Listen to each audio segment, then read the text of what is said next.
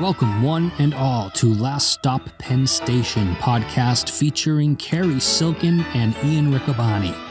They dive deep into Carrie's wealth of stories, and no subject is off limits. From the world of wrestling to his ticket agency, growing up in New Jersey, drug-fueled underground days, hustling in the French Quarter of New Orleans, and endless days and nights in New York City, every story is worth telling.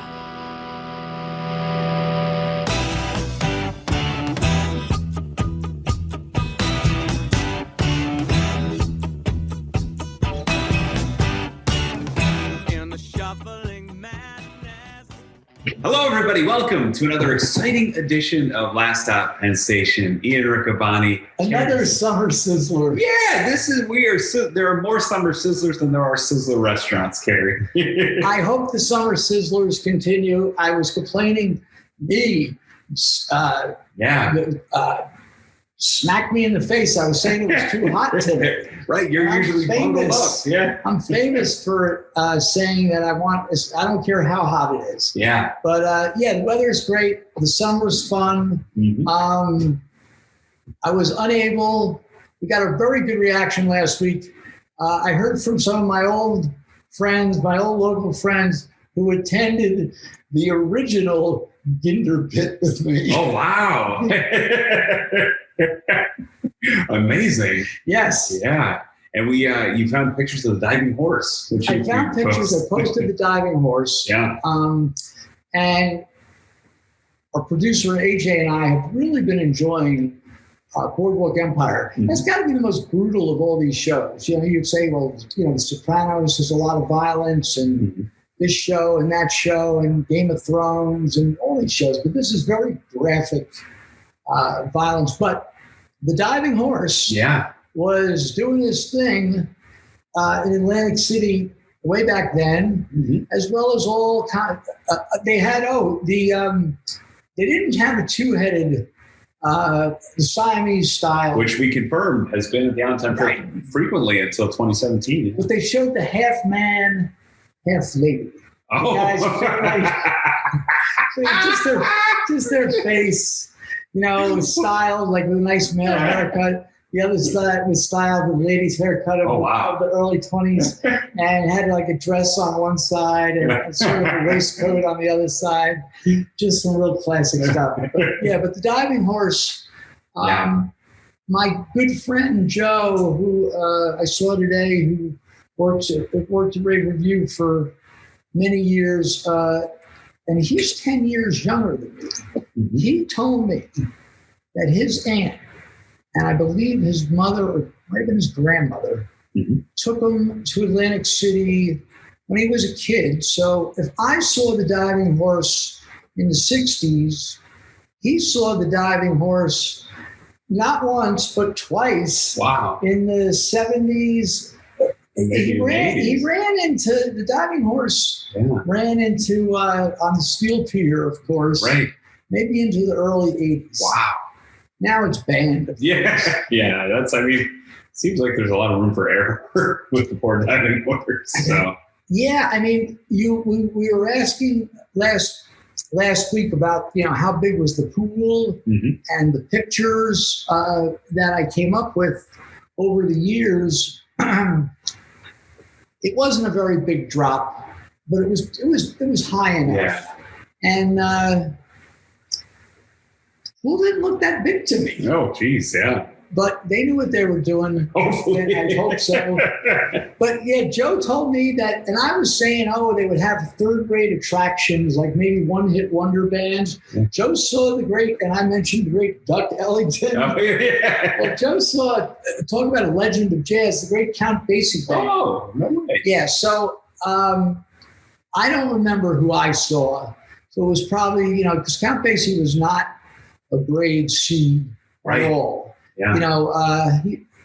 My father always tells me the story about how he saw Stevie Wonder and who was the group that did Fifth Dimension. He saw them on the Waterloo Pier.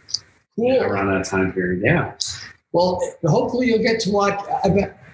You'll get to watch that soul show about the New York City, 1969, for lack of a better way to term it, they called the Black Woodstock. Right. And the Fifth Dimension were on that. Mm-hmm. And Up and Away was a big hit. Yeah. And they also had Marilyn McCoo was the girl who was she went on to do some stuff after the Fifth Dimension. Mm-hmm. And Billy, I forget the main singer's name. But anyway, they had this great footage of them watching the tape of them doing the festival in Harlem. Mm-hmm. And they were worried about getting booed off the stage. Really? Because they thought that they thought that they were considered they were a white act. Oh, okay. Yeah. And then all of a sudden, Marilyn McCoo says, and then suddenly the album came out, and here's these 5 black people flying in balloons. But the thing was, their biggest hit. Aquarius? Yes. Yeah. And Hair was playing. Okay. It was a huge show at the time. First time you could see nude people as an added bonus. Yeah. Besides Show World. Right. This is before Show World, actually. Yeah. And the male lead singer from the Fifth Dimension left his wallet in a cab. They were playing at the Americana, which was now the big Sheraton on 7th and 53rd. Oh, okay. Yeah. They were playing there, and someone got in the cab, found the wallet, was able to track it down to where the Fifth Dimension was staying, and it was one of the producers from Hair. Oh, wow. And they came there, and the singer from Fifth Dimension said, "Listen, I'm so grateful. Let me give you tickets for our show." Mm-hmm. "Oh, thank you. Let me give you tickets. Let me give you an invite for our show." Oh, wow. And they went and saw Hair. Yeah. And with the great "Let the Sun Shine," right? Yeah. And the rest is history. Amazing. But so they were. So your father saw them in Wildwood. He did. That's cool. And I got some 1969 facts. It's a 69 day here on Last Stop Penn Station. Okay. Got some 69 facts for you. I got Mike G's book. Okay. I read through it. It's one of the things. Like it? Loved it. Great photos. The anecdotes about the couples who met there and got married and stayed married. That's amazing. But also, I really like the parts where it tells you how much each act made. And that was pretty neat to see that Country Joe got looped in for a bonus. He played the solo acoustic before he played with the Fish, which I thought was pretty interesting. Didn't even realize that he was the only act to play twice. Yeah, and Santana, as we talked about with Mike G, they were just a throw-in with the Grateful Dead. Yeah. And I think they made $500. Yeah, and it's really amazing to see which bands. There's a group, and I'm blanking on the name, but they chose not to be in the documentary, not to be on the album. And they have a quote from one of the gentleman's daughters who said, The father wouldn't even talk about Woodstock, wouldn't talk about the band. He just saw it as such a missed opportunity. He just left that all behind him. Well, I know that the Dead and the band chose not to be on the album and the film, and they survived well. Right. CCR. Right. And probably there was another. Yeah. So there's some more. Was the Who in the movie? I don't remember. I think so. Another on the album. Mm-hmm. But good stuff. Yeah, and the really fun list at the end of the acts that we asked Mike G. One of the acts that I didn't name was Free. Free had a conflict and couldn't do it. There's some other fun ones there as well, including Tommy James, which you mentioned, the Hawaii story. Which if you didn't hear that, go back and listen. The other 1969 fact, Carrie, I have a trivia question. Go ahead. Which 3 fast food restaurants opened up within 3 months of each other in 1969? Well, I want to say McDonald's, but I think it opened before that. Yeah. And I'll give you a hint. It's all the same genre, which makes it even weirder. Arby's, Hardee's. What's the hell's the other roast beef one? Am I right with Arby? No. Hold on. It's all. Is it burger places? No. That's what makes this even stranger. How about Kentucky Fried Chicken? No. All right, I give up. Yeah, this is even weirder. There are 3 fish fast food places. Which ones? Long John Silver. Okay. Arthur Treacher's. Arthur Treacher. Which is only one left in America. Do you know who he was? No. He was an old-time actor. Okay. Like he would play like the butler, the old Brit. Okay. And then he was the Merv Griffin's Ed McMahon. Oh, no way. Yeah. Okay. You asked your parents about it. So I remember one time I was a kid and I was listening, thanks to Mike G, I was listening to rock and roll. Yeah. And I was into the FM, which this FM station. Like Mike told me, he goes, well, they're just little. All right.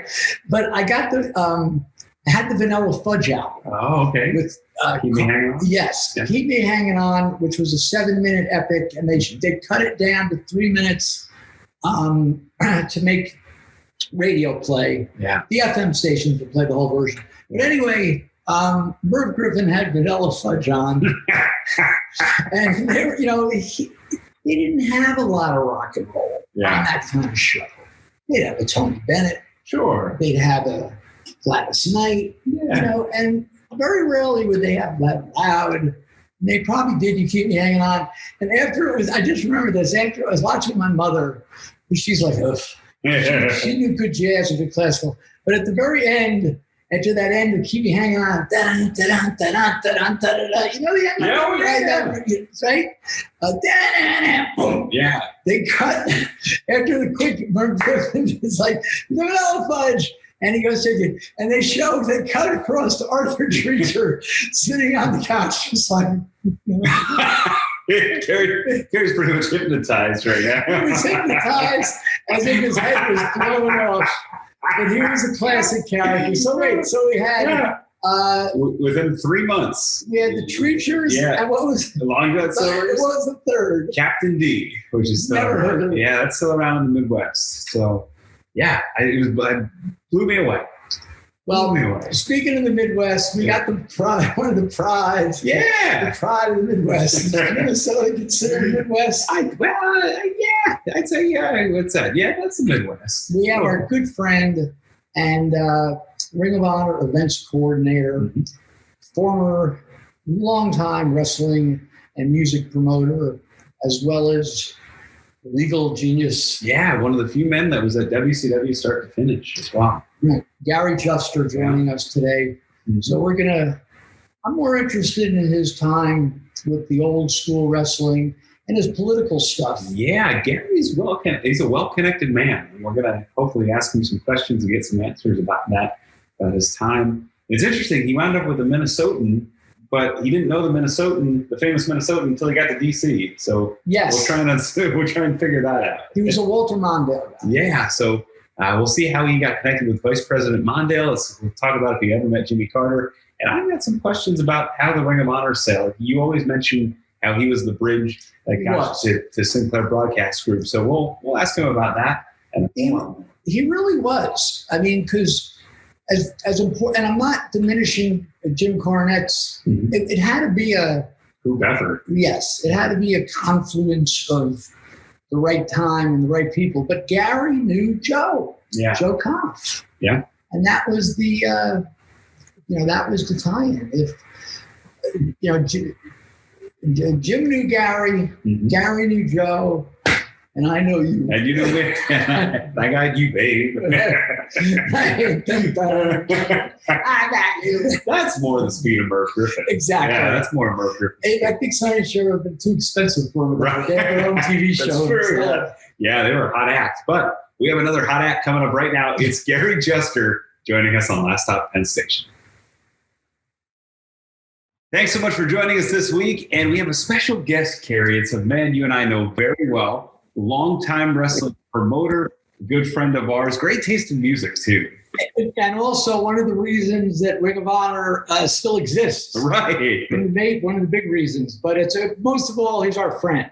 He is. Gary Juster. Gary, thanks for coming to join us tonight. You're welcome, Carrie and Ian. Good evening. It's good to be with you. Go ahead. Yeah, absolutely. And Gary, it was so much fun in May. And then once again, at Best in the World to see you. I mean, it's so nice to see you. Every time we get together, I try and stump you with something about music, or you're always giving me good new bands that are coming up. Gary and I both like Steve Forbert. You put me onto the Jayhawks. Who are you listening to these days? The other day, I saw on CBS Saturday Morning, they featured a woman that I like a lot, Lucy Dacus. I don't know if you've heard of her. And then a band that I hadn't heard for a while, but I used to see them here at the Fox Theater. They used to play New Year's Eve for a while, the Tedeschi Trucks Band. They're certainly not new, but they're a great band. He's just a phenomenal guitar player, and Susan Tedeschi's voice is great. The other day, I put on an old Crosby and Nash vinyl. They don't even speak, and they both say they probably will never speak to one another again. But their voices were tremendous. Their harmonies were incredible. And I just had that on vinyl yesterday. That's what I've been listening to lately. Before we did the podcast tonight, speaking of Crosby, Stills, and Nash, there was a Neil Young song on the radio on the Deep Cut station, which it had such a good riff. And did you ever hear Ordinary People? No. Yeah, it was a concert song, and then they re-released it in 2007. It's like an 18-minute epic. Oh, wow. Of Neil Young. So I just said, you know that song, Gary? I don't think I know that song. I do know quite a bit of Neil Young. I have seen him a couple of times, and I enjoyed his memoir. Yeah, I enjoyed his memoir too. A lot of technical stuff in his memoir. Well, a couple of things that I thought were really interesting that he pointed out is one is he did not like a lot of the means in which people were listening to music. He thought it had to be listened to with quality sound. He didn't like people listening out of their phones and things like that. And the other thing he disliked was people just buying and using singles. When he cut an album, it should be listened to from start to finish. That kind of like wrestling, that he had a story to tell, and he wanted to be able to tell his story. It's interesting that he's a good story, and he's a good storyteller. He is, although, some of those albums, I think in the late 80s and early 90s when he was trying to get out of his record deal at the time, it may not be, it's interesting he says that. There's usually only one or two good ones on those albums that he was trying to quickly burn through his contract. So, well, we always talk about wrestling on here, and sometimes we talk about politics. Yeah. And Gary has an interest. I'm very interested. Me too. How did you get? I don't even want to tell the story wrong, but somehow after your college career, you got involved with Walter Mondale. I was always interested in politics and wrestling when I was a kid. So I worked on some campaigns when I was young. I was class president, one of the wrestling shows I promoted when I was in high school, when I was president of the junior class.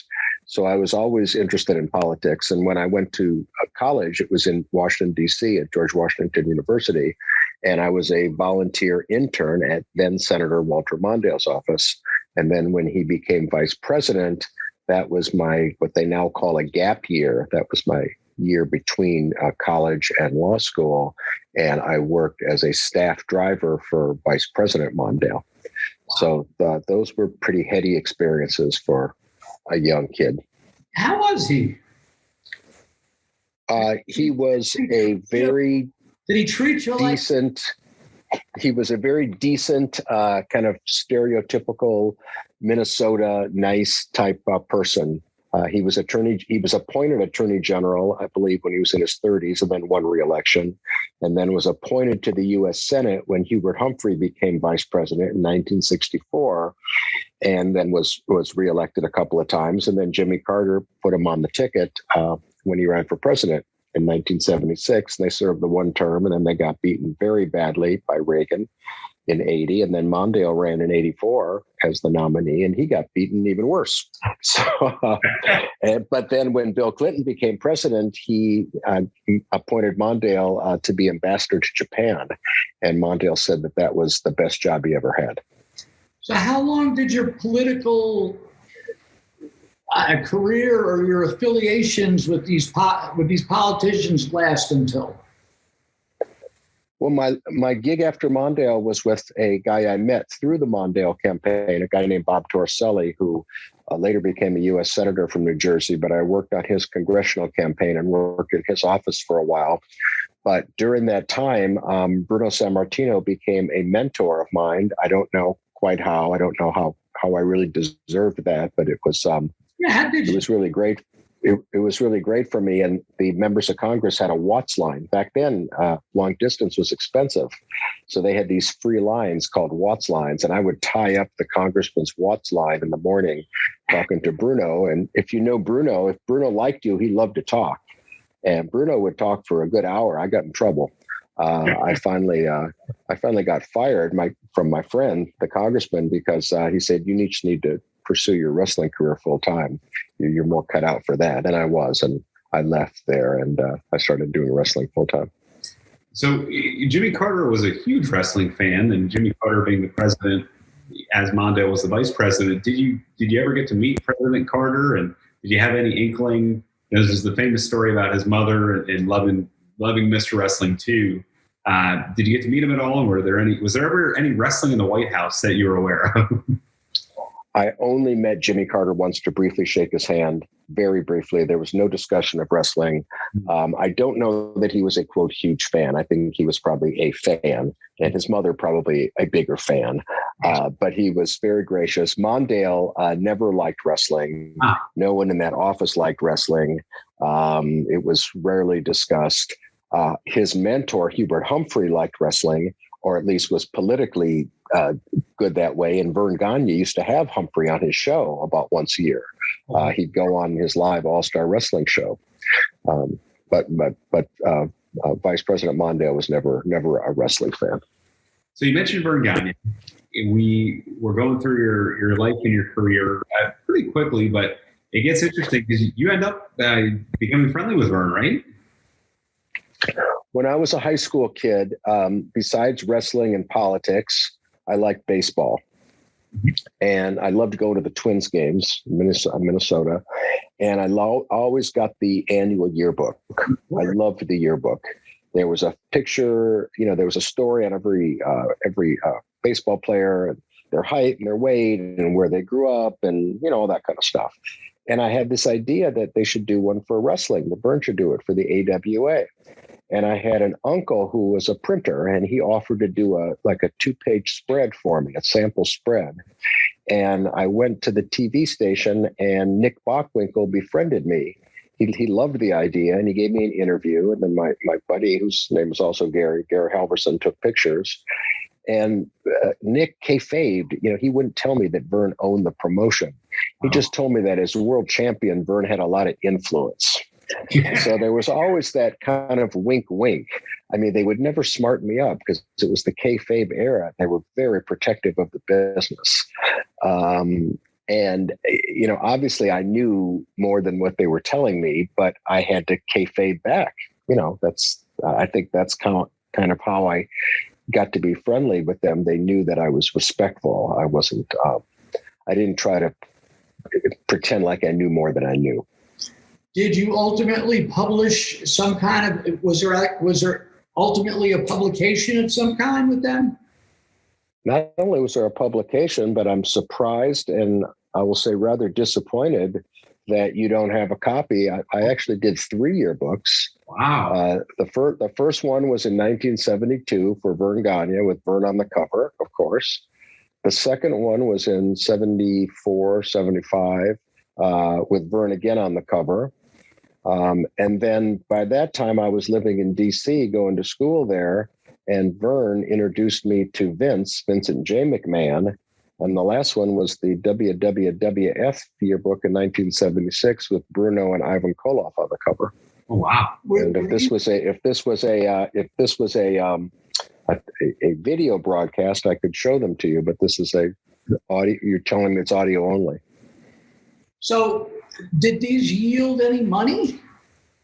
Very little to us, but it was a lot of fun. You'd probably honestly make more now by selling one of them. The wrestling collectible market is out of control right now. And yes, I think it's very similar to the used car market. Right. Right. They're lack of supply. Well, yeah. So we got, you're in Washington, D.C. Vern introduces you to Vince McMahon Sr. How does that happen? Like, where is Vince? I don't know. It was great. It was great.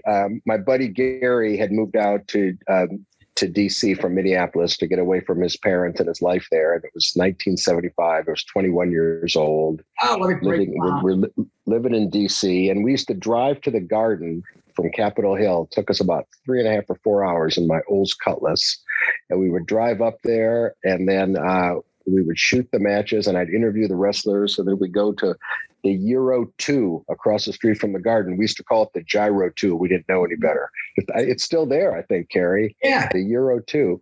And then we drive back the same night. Now the thought of it, makes me sleepy. But I guess Vince said that Vern paid us a high compliment. He told Vince that we did not get in the way, as he put it. And I guess that was a good thing to tell him. So we made the deal with Vince, and Phil Zacco used to give me a hard time all the time. He was a crusty old partner of Vince's, and he ran Baltimore and Washington, and he didn't like giving me comp tickets, but he had to. And but when I finally got into Baltimore, he was actually very proud of me, and he used to send me a Christmas card every year. Was Willie Gilzenberg around? He was at the Garden once or twice when I was there. Yeah. Okay. Yeah, because I remember the only thing I ever remember about him is Vern was on the show, and I was like, talking with Willie, and I said, "Yeah, I guess Vern Gagne's on here." He goes, "Yeah, Vern." He goes, "I don't know why he comes to New York. Maybe he just wants to get laid." That's the last thing I remember. That's the only thing I really remember Willie mentioning to me. But he was, from what I understand, he was quite a character. Yeah, he was banned in New York for many years from his fixing boxing, right? in the 40s and 50s, but he got back in, and he was a big part of that inner circle. I guess it was what? It was Vince, Phil Zacco, Arnold Skolin, Toots, and Gorilla Monsoon. Right, Toots Mont was gone by then, right? Yeah. Okay. By the time I knew them. So that's 1975. Yeah. And take us on a little short journey of how you continued in the wrestling business, or how, if there was a break after that, or when did it pick up again? Well, a new, let's see. Well, then I went to law school, actually. I went to law school in 77, and I graduated in 80, and I didn't do any wrestling while I was in law school. And then when I got out of law school, I worked for that member of Congress for a while. I did some other things first, but then I worked for the member of Congress for a while. And he was elected in 82. And it was in 83 that a new television show went on the air in Baltimore. A new television station went on the air in Baltimore, WNUV, Channel 54, which is now part of our Ring of Honor family. But back then it was not. It was a brand new station. It was owned by a guy named Sam Kravitz. And somehow I found out about it, and I got in my car and I drove up there one day, and I met with the program director, a nice guy about my age named Mark Saldich. And I said, "Mark, are you interested in a wrestling show?" And he said, "Yes." And he said, "When would you like to be on?" I said, "Well, how about Saturday at noon?" He said, "Okay." And I said, "I've got a tape." And it was the first tape I had was actually Joe Blanchard from San Antonio, Texas. If you recall, Ian, you may not know this, but Carrie will recall that the first person to go national on the USA Network was Joe Blanchard. Mm-hmm. And Joe had this idea of running nationwide off of that, and he was going to be one of the first to do that. Well, it didn't work out that way for Joe. He was not an empire builder as Vince was, and he couldn't do that. So I ended up with Georgia Championship Wrestling on the station, and that's when I went to the to the Baltimore arena, and some Cody Rhodes tells me I've told the story 1,000 times. And he means just to him, just to one person. Others that I tell the story of getting into Baltimore to everybody well over one time. So I know I've told it to you guys probably a zillion times. Hold on, I got to stop you. Yeah. As far as the so I'm not going to tell it again. No, you're going to tell me. As far as the TV tape, like with Joe Blanchard, did Joe Blanchard give you his blessings? Like, here's my tape. Please try to. Yes, he gave me his blessing. And the deal was, it was kind of an unspoken handshake deal back in those days that if you got a television outlet, then you could promote in that market for, you often would co-promote with the promoter. If you're friendly, if they trusted you, you become the co-promoter in that market. And was a big part of my early career when I went to work with Jim Crockett Promotions, is I would go into markets and try to get their show on a station. I did it for WCW too, back in the syndicated show days. And in order to get the show on, we had to offer the station more than just the show. So we would offer them ad buys and commit to come into the market X number of times a year and spend X number of dollars with them every time. So they would have the show. With Joe Blanchard, did you see it on USA one day and say, this is cool, I like this? Or were you familiar with it with magazines? How did you meet Joe Blanchard? Probably through Vern or Nick. Actually, probably Nick, because Nick used to go to San Antonio. Even when he worked for Vern, he would do shots in San Antonio and in Houston. And I think they even recognized the AWA belt down there. Okay. Yeah. So Georgia, it's funny you mentioned Georgia, because they're usually considered one of the second groups to try and go national, right? Because you got their tapes in Baltimore, and they had started in Cleveland and in West Virginia, if I'm not mistaken. So that was why they found the Baltimore thing attractive. They'd already started going into some of Vince's markets, and not really Vince's markets, untapped markets.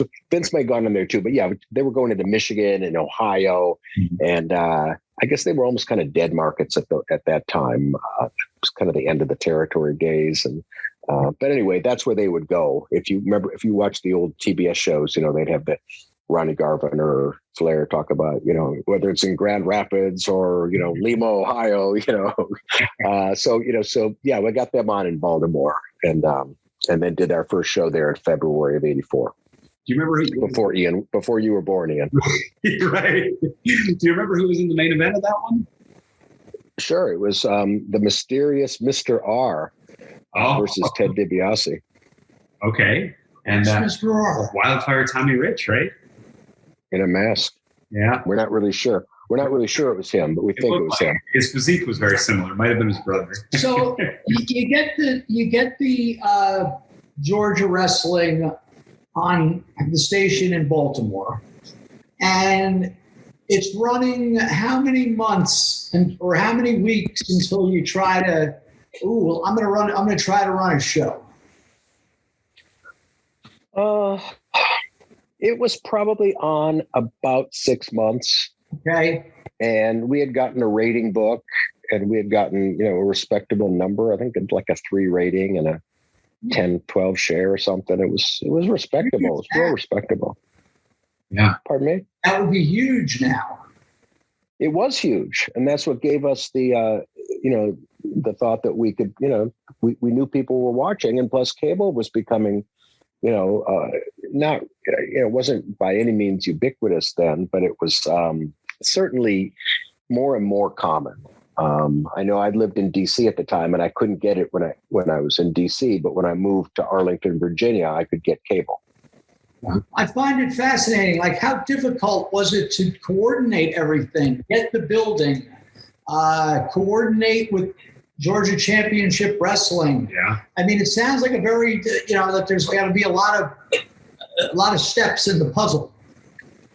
There were a lot of steps, and like the biggest thrill for me after a couple of shows was when I got my first copying machine.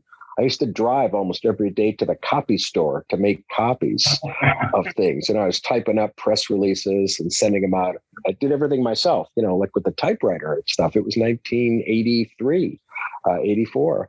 So yeah, it was great because this is something that I'd always wanted to do as a kid. I'd started doing it in high school, and I would have done it just for fun as a hobby. And here I was actually trying to make a living at it. So it was super exciting for me. I got up early and I started, and I'd forget to eat lunch, and I'd be running around, and I'd be running up to Baltimore, and I'd be meeting people, and just be on the street, kind of promoting it. And yeah, it was great. It was a lot of fun. What was the first building you used?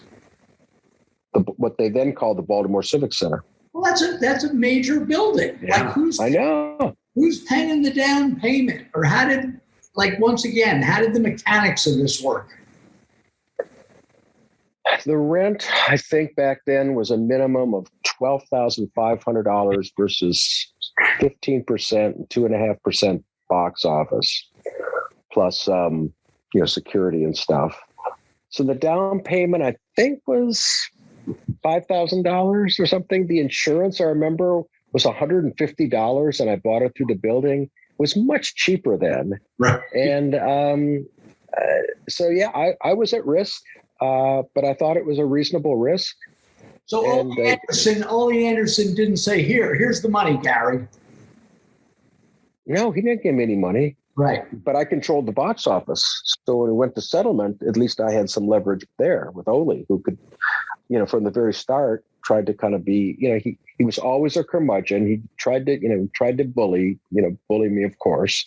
And he probably did to some extent, but I did stand up to him. And I think that's why we actually became pretty good friends. I was actually at his home once, and not many people can say that. Yeah, I've met Ole Anderson. And it wasn't that I wasn't invited by Ole. I was invited by his then girlfriend, Sharon Sadello, but they lived together. And that was when they were over together on Lake Hartwell. Yeah, I've met Ole twice, and I can't even imagine working with him yet.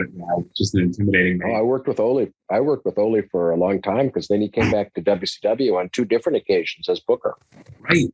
Yeah. Well, can you walk us through the time? There's a fun clip that Colt Cabana pulled out, and he showed me the one time. It's of you and Ole, and you're promoting the shows, and you're being introduced as Gary. This is my promoter, Gary, and he forgets your name. Was that a rib, or did he just have a legitimate blackout there? I have no recollection of that taking place other than in the video that people have watched. So I'm thinking maybe people just pieced it together. Maybe it didn't really happen. Maybe it was done now by the miracle of our new digital age. Well, have you ever seen the clip of him getting a chocolate sculpture handed to him live on set also? I have not seen that one. No, you can feel free to send it to me later if you're so inclined. It's very phallic. It's a very phallic chocolate sculpture. Well, the clip that I'd like to see, and one of my favorite Gary Juster stories, is the talk about curmudgeons, Chester O'Sullivan. Baltimore has a rich history. D. Chester O'Sullivan. D. Chester. Excuse me. D. Chester O'Sullivan. Baltimore has a rich history of strict but efficient athletic commissions. Right, and they kept us safe during the pandemic. Thank you, Baltimore. Or thank you, Maryland. Kerry, did you ever see WWF wrestling in Baltimore in the 60s or 70s? No. I mean, they had a silent ring.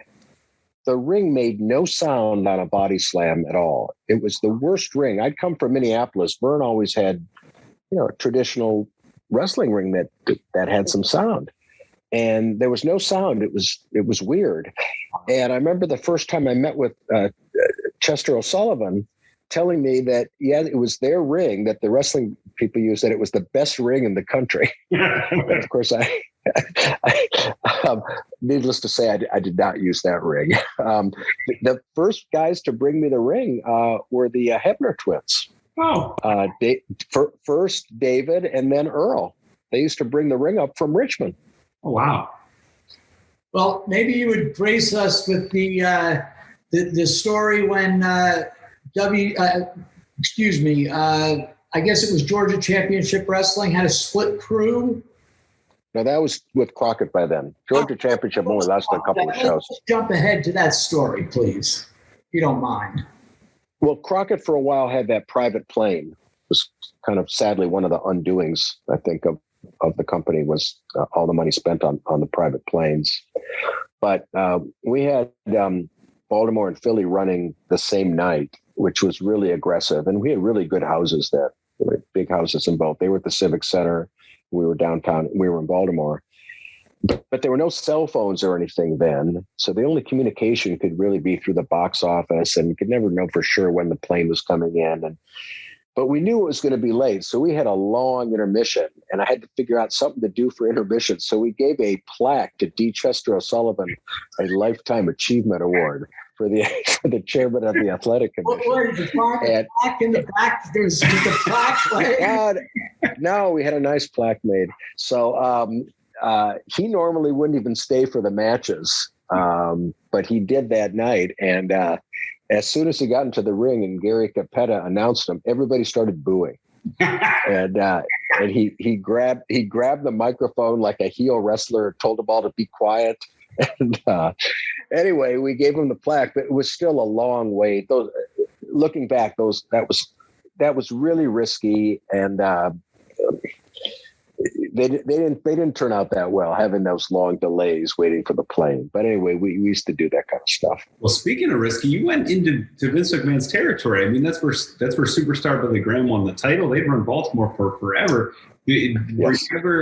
Were you ever, I don't want to say threatened, but say threatened. Was there ever any sort of threat by the McMahons, or did they ever try and pull you into the fold? I know kind of privately we've talked about it, that the situation around maybe March of 1985 or thereabouts, when the WWF ran Madison Square Garden for a big event, but don't necessarily need to hear that story. But was there ever a time or any kind of political maneuvering to try and run you out of Baltimore? I don't think so. We did real well our first show. We had 8,000 people our first show. Wow. So we got another date booked right away, first Saturday in April. And that was the first Ric Flair appearance. Wow. and the only Jack Briscoe appearance, because shortly after that he went to WWF and then he retired pretty quickly. But it was Flair and Briscoe in the main event, and that show did even a little bit better than the first show. Wow. And oftentimes your first show is your best show, your biggest for a while, then you build it back up. But anyway, so that was good. And then we had regular dates there. I'm not sure, if Vince and Phil Zacco pressured the building, I guess it didn't work because they kept giving us dates.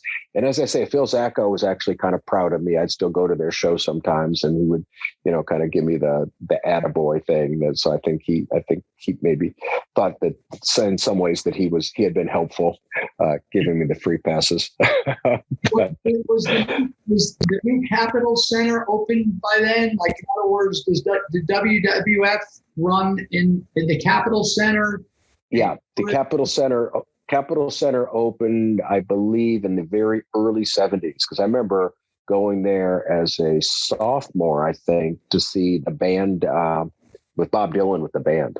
Okay. One of the first big shows I ever saw. Back then, you had to send in there was a lottery, and you had to do it by mail. You had to send in a self-addressed stamped envelope and how many tickets you wanted and a check, and either you got tickets or you got your check back.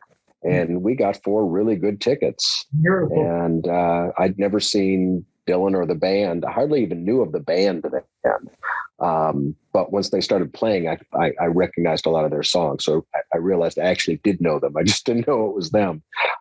So they played, they opened the show, and then Dylan came out, and then they backed up Dylan. And it was for a college kid, like sophomore or junior in college. So that was a huge experience. It was my first really big show like that. And then I later ran that building. It took a while to get into that building. I didn't get into that building until 87 with the Great American Bash. So what I'm trying to find out is, was WWF willing to split the building? Split the building meaning they didn't mind competition wrestling there. They probably minded. Looking back, it probably drove Ed Cohen nuts. He and I later became friends. I'm sure, because knowing Ed as I did, and Ed died a few years ago. Ed had a real rough bout with cancer, and really. Ed was an interesting guy, but he was a friend, and it had to drive him crazy because when we were head to head at WCW with them, he was extremely competitive and would tell buildings that if they rented to us that he wasn't going to run them anymore, and we were at war all the time. Did you ever have any wars with Mike Weber, who was the WWF PR man and now runs Fight TV? I didn't know Mike until he came to work at WCW. I didn't know Mike when he was at WWF. No, I didn't know. No, Mike had worked at WWF. Then he'd gone to work for the Trump Casino, I think, for a while when they were doing events, when they were hosting events in Atlantic City. And then he worked for Pace Motorsports out of Houston, and then came to work for us at WCW. So Mike had quite a PR background by the time I got to know him. So at what point was the wrestling full time, where you could leave your legal background, behind you, and you could go full time wrestling? I started doing full time wrestling when I started to promote that show in Baltimore, and because it did well, they started to give me some kind of spot shows too. And I would do like Frederick, Maryland, and Cambridge, Maryland, and some of the other, went to Salisbury, Maryland. So I would do some other shows with them.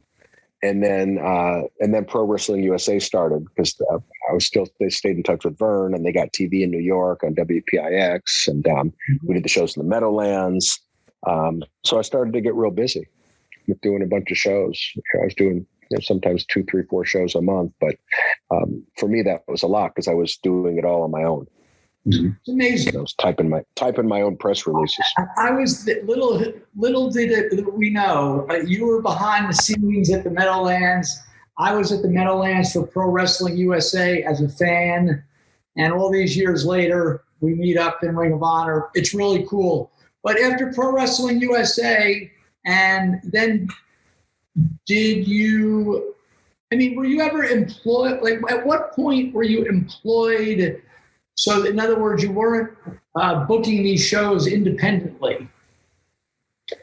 The first time, I had a real good run with the Crockett's. I was never employed, but okay.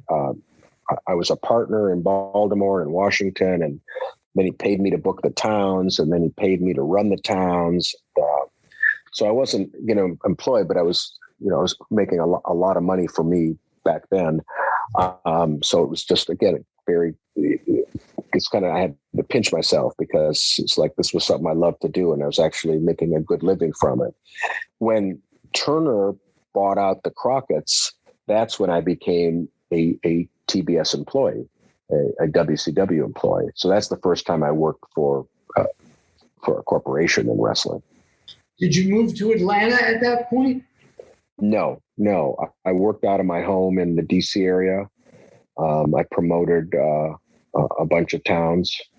They took over, actually it was November of 88, but really 1989. I didn't move to Atlanta until 92, 93. I'd come to Atlanta a lot, but I didn't move here until later. What was it like when they would bring you on to camera? You talked about the Ole Anderson thing, but there are plenty of clips of you on Saturday night on Nitro. You coming out, you became an on-screen character. Between you and K. Allen Fry, those seem to be. Rob Garner used to go on too. Yeah, Rob Garner. Yeah. I didn't realize Rob used to go on.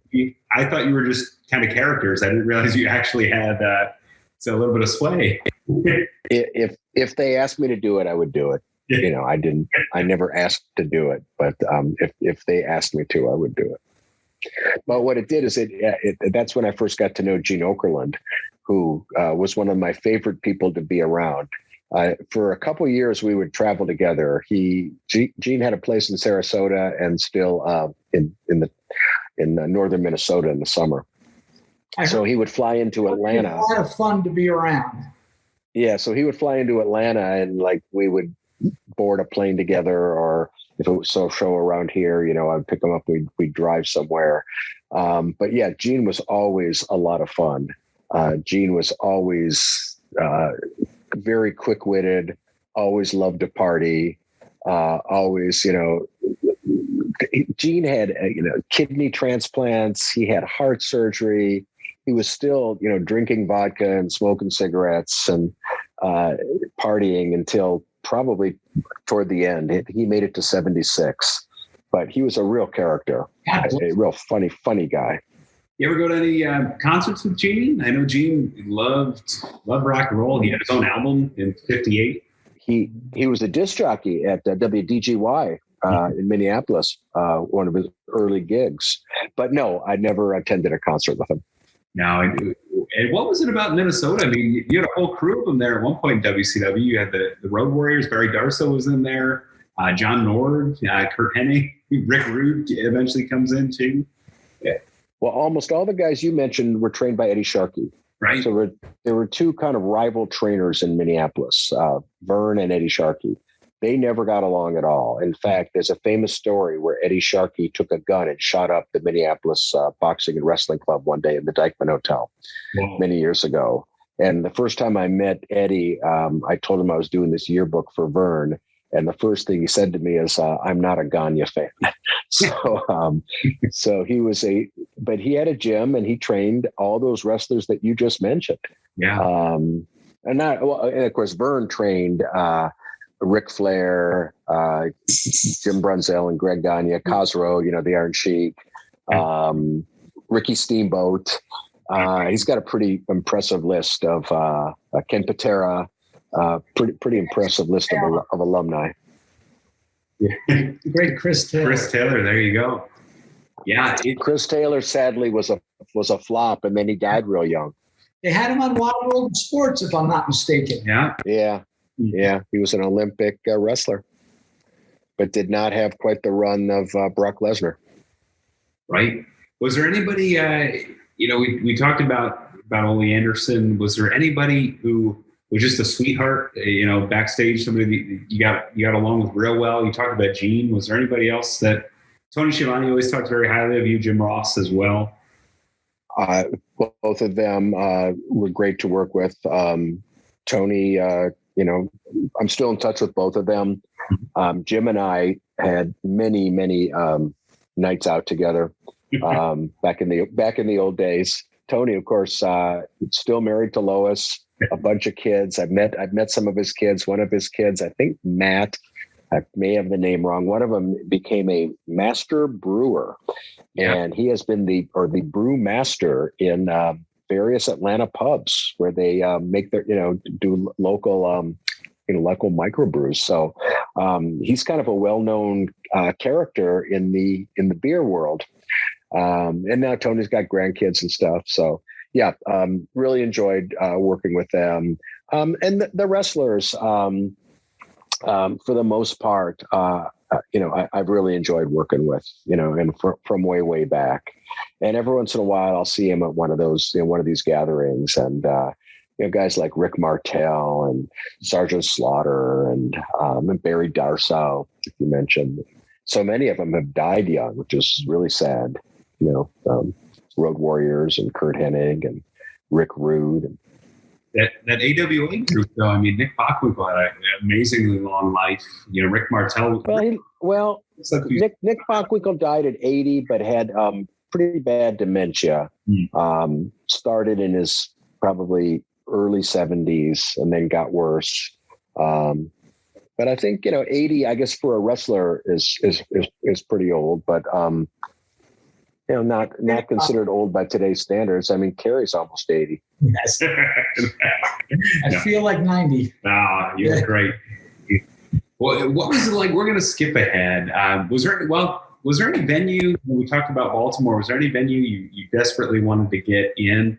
Is there kind of like a feather in your cap for WCW while you were there that you always you wanted to get in, but you couldn't quite get there, or it was behind enemy lines? Well, the Garden, of course. Yeah. We could never get into the Garden.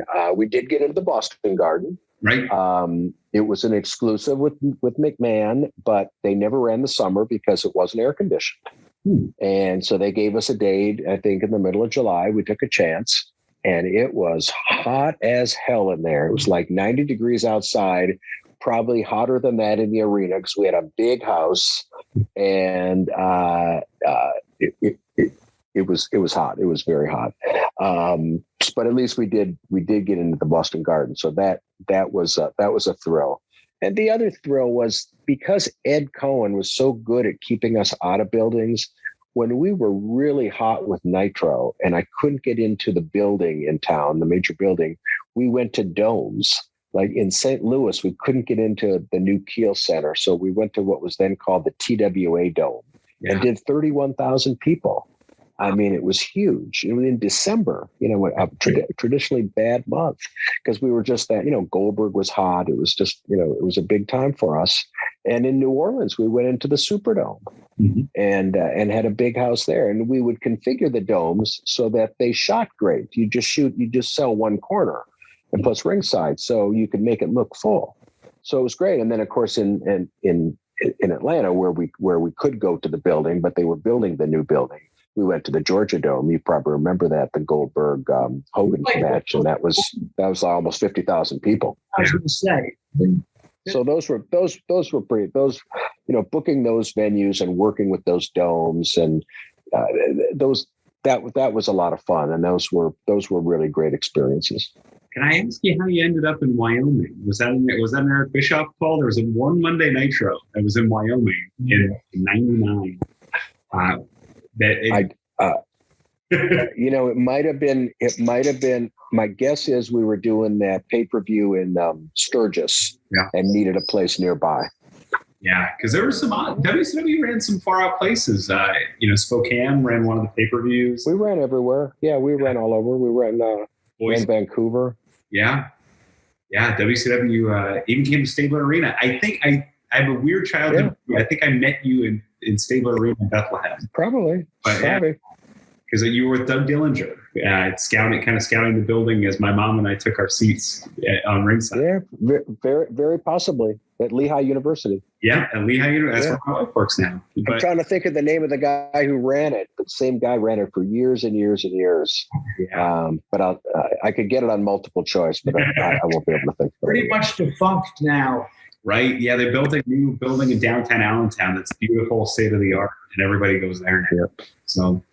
Yeah, and so you mentioned the Garden.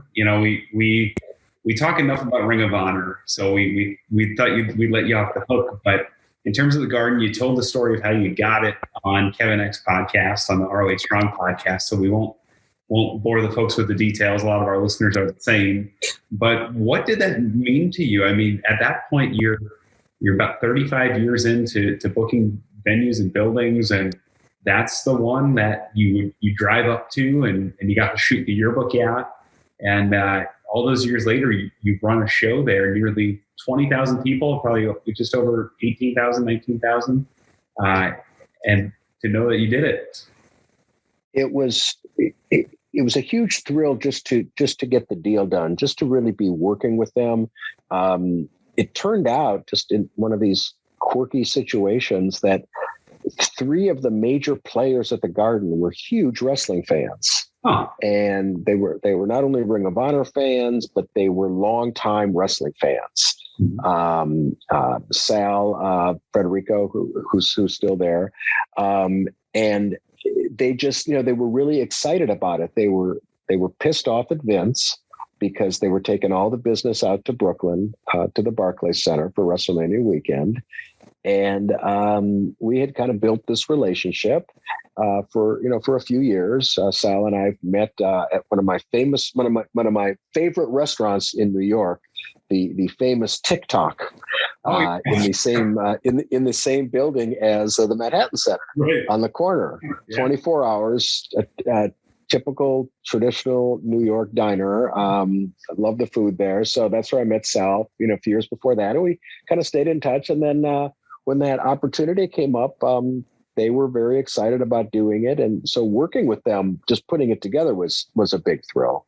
And then, of course, the event itself, it sold out right away. So, the fact that it was, a big hit right from the start was, it was very exciting. It was great.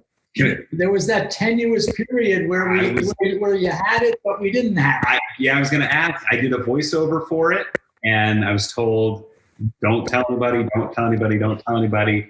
And then I was told, really don't tell anybody because it's not happening. And then all of a sudden, a week later, it airs on TV. Can you give us any insight without getting anybody in trouble as to what might have happened there?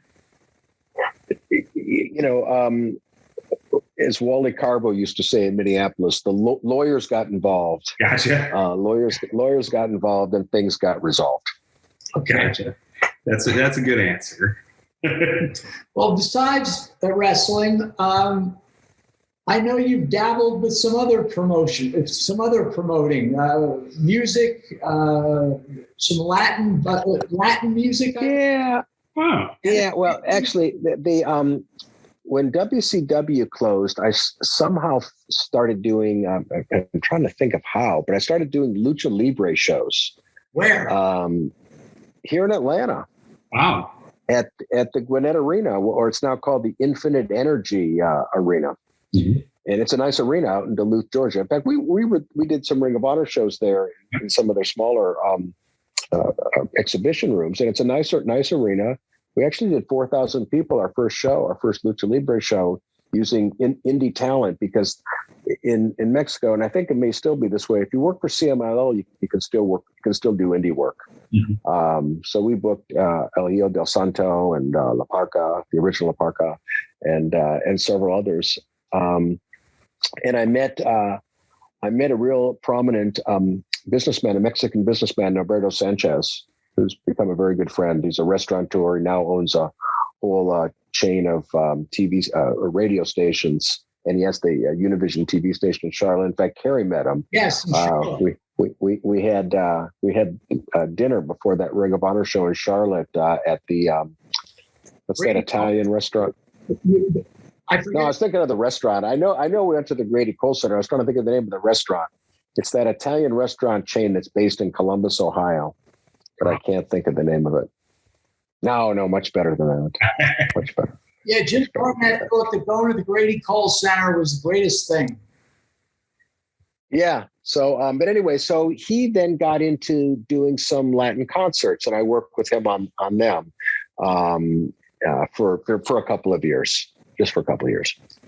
Very cool. Did any of the acts that you promoted go on to bigger things? Did you have that Pitbull? No, they were already really big acts in the Latin world. Juan Gabriel, who died recently. Yeah. Joan Sebastian, who also died. So these were big acts in Mexico and big touring acts in Latin communities in the U.S. And Atlanta hadn't exploded yet as really a big Latino market for entertainment. They had stuff in clubs and they had stuff in some buildings, but we were one of the first to bring it to a place like the Gwinnett Arena. So we just did a few shows, and then they actually started another company, and they hired some people from within the industry, and then I kind of just went on to do other things. But I did that for a while, and it was a lot of fun. It was very interesting. Yeah, and you promoted some MMA, right?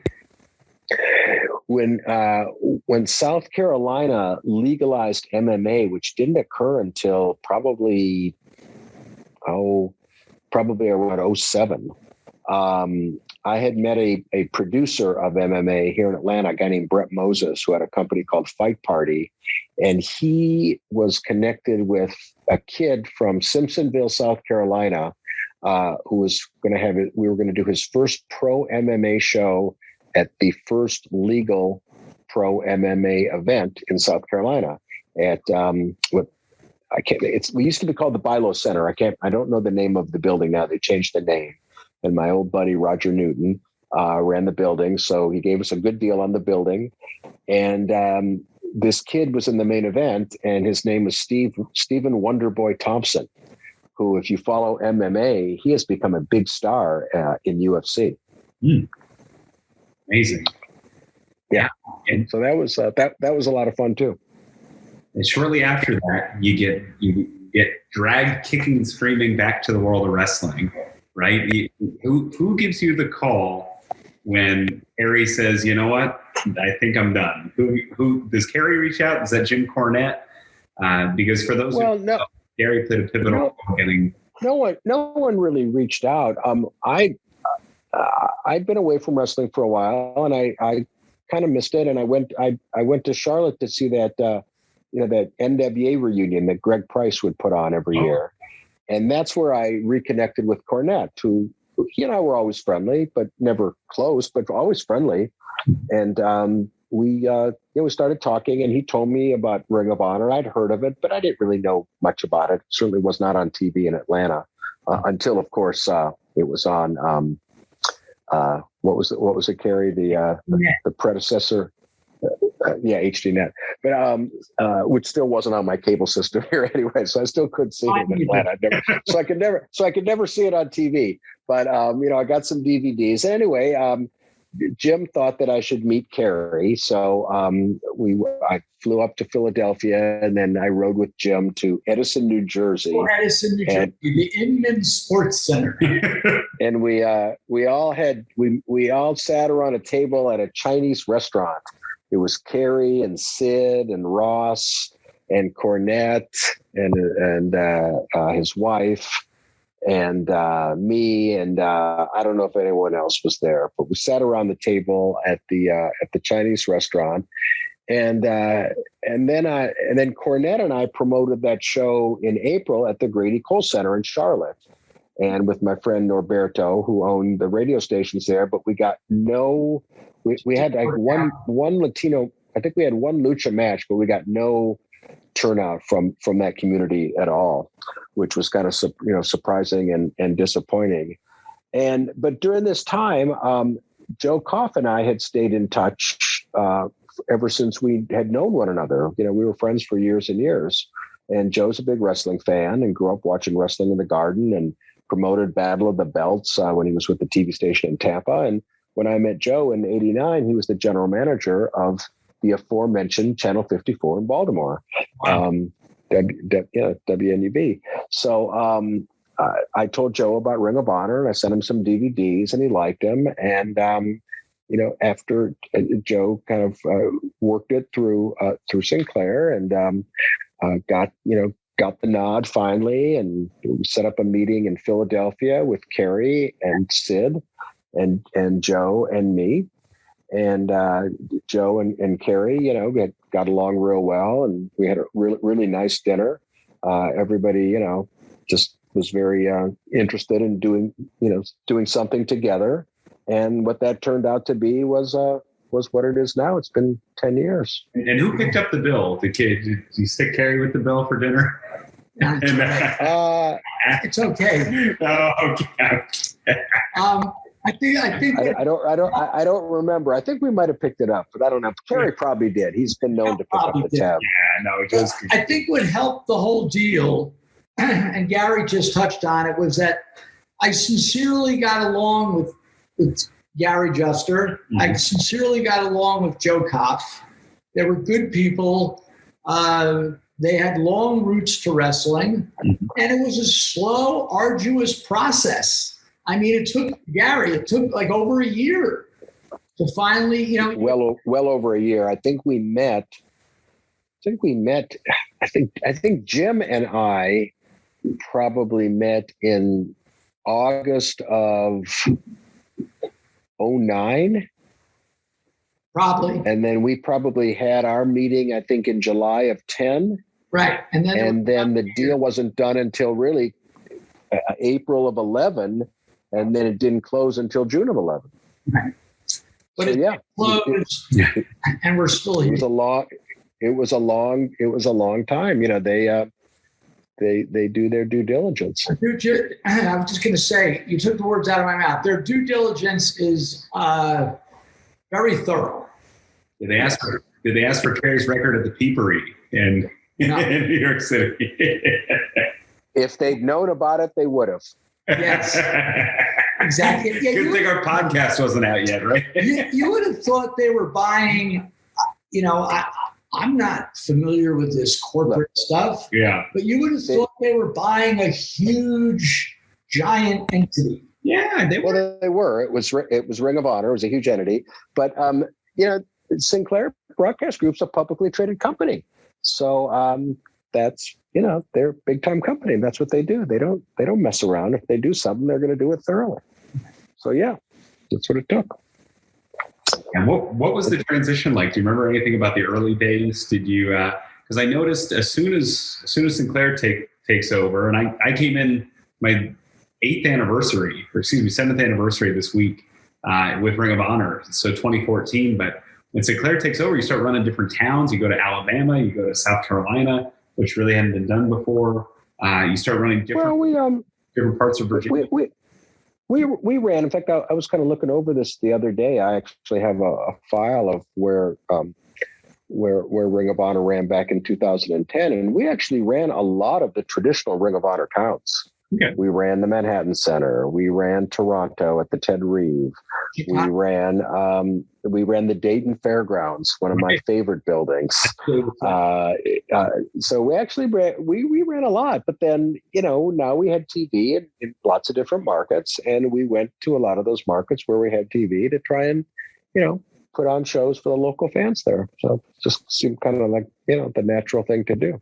Yeah, and I remember 2016 when we got the Carrytron, and we ran the Nashville Municipal Auditorium for the first time. Yeah, was that sort of a directive moving forward to get larger buildings to enhance the TV presentation?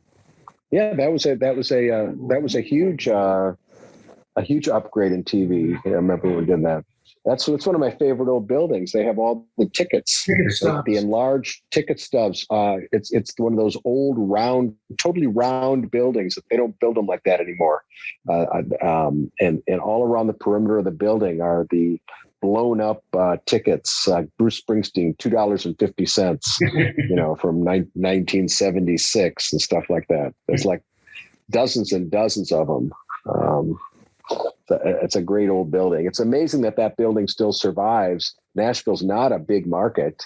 And, they've got the big building where the Predators play, but somehow that building is still survived.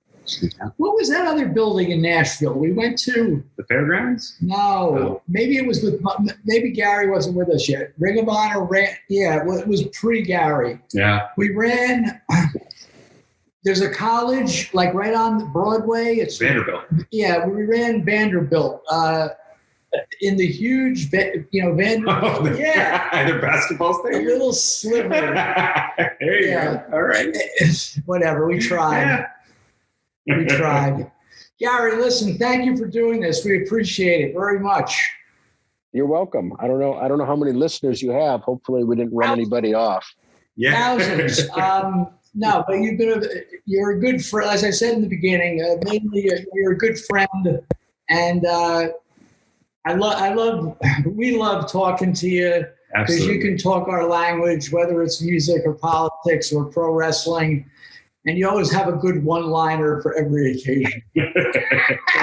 Oh, I know what. One last thing, Chris Christ.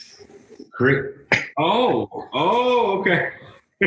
Yeah, this came up last week. We're going to ask you about Chris and Ward Hall and the little man Poobah with the goiter coming out of his. The stars of the Great Allentown Fair. Chris was an event coordinator for us in Florida for a year or so, and he was a trip. He was. Did you ever see him sober? I couldn't tell the difference with him. Right. I couldn't tell the difference. Did you ever get to meet Poobah? That's it. No, I never did. I never did. Well, when you come up to Allentown and we take you out for a night on the town at the Great Allentown Fair. Yeah, the Allentown Fair is coming. How about Yakko's? Is that still there? Yes. Still is. Oh yeah, I go there every week. I want to go to Yakko's. Let's do it. Yeah, and now we can scout Ag Hall. We'll do an always throwback night from Ag Hall. All right. Let's do it. I'm half serious about this, right, Gary? I am too. Now that we can get out again.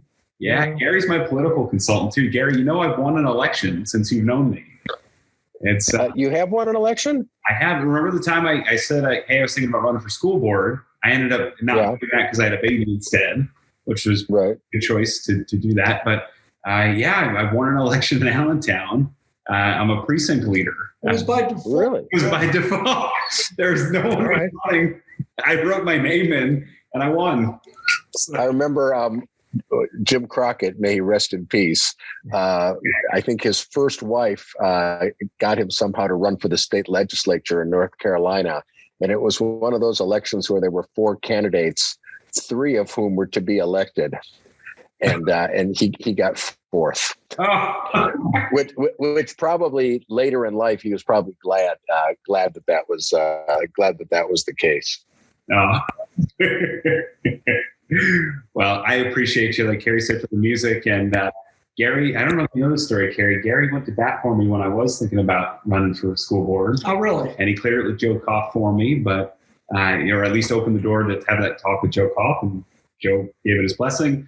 Didn't do it yet, but maybe Gary, in a couple of years, you'll help me run for mayor of Allentown too. After we bring. All right. If you run, I'll be the first one to send you a check. Oh, thank you. Appreciate it. All right. It won't be for the maximum amount allowed by law, but it'll be a check. Remember, these are public donations, so they can see what you've given me. So maybe exactly. Be on the record. Gary Juster, thank you very much. Okay, you're welcome. Good to be with you. Bye-bye. All right, man. Bye-bye. Appreciate it, man. Yeah, thank you, Gary. You're welcome. Good night, guys. All right, take care. Have a good night. I thank God it stole the handle, and the train it won't stop going. No, it just slowed down. We hail you for listening to Last Stop Penn Station podcast. Rate, review, like, subscribe, and share on your favorite platform. Connect with us on Facebook, Instagram, and Twitter, or at laststoppennstation.com.